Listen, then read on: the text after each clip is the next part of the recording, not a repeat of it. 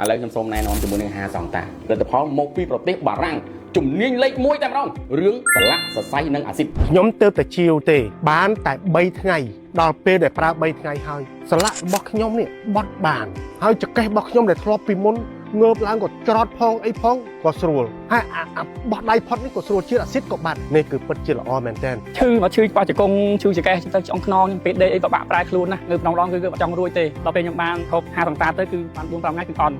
ដល់ពេលខ្ញុំបន្តហូបទៀតទីតែម្ដងហើយឥឡូវខ្ញុំអាចធ្វើការបានធ្វើសំណងអីបានធម្មតាឈឺចកេះឈឺចង្គង់ឈឺឆ្អឹងខ្នងគឺពិបាកការងារដេកដើរឈរអង្គុយឲ្យវាពិបាកវាចុកវារយយើងដេកក៏មិនស្រួលដើរក៏មិនស្រួលងើបឡើងក៏មិនស្រួលហើយខ្ញុំបានប្រើ50សង្តានេះទៅវាបានធូរស្បើយហើយខ្ញុំគឺបានប្រើហើយគឺខ្ញុំជឿជាក់លើផលិតផល50សង្តាដែលផលិតនៅប្រទេសបារាំងនេះគឺថាខ្ញុំប្រើទៅជាពិតប្រាកដមែន50សង្តានេះបាត់ឈឺចង្កេះឈឺកឈឺជើងហើយក៏អរគុណ50សង្តាដែរដែលធ្វើឲ្យខ្ញុំជាផុតពីជំងឺទាំងនេះប្រើ50សង្តាដូចនាងខ្ញុំនេះបាត់ឈឺសន្លាក់ជាតិអាស៊ីតអីបាត់ទាំងអស់ចុកដៃចុកជើងជាពិសេសឈឺចង្កេះនឹងខ្លាំងខ្ញុំឈរអត់រួចទេឥឡូវខ្ញុំបានដើររួចអស់ហើយសម្រាប់ព័ត៌មានបន្ថែមអាចឆាតមកទំនាក់ទំនងតាមរយៈលេខខាងក្រោមនេះបាទ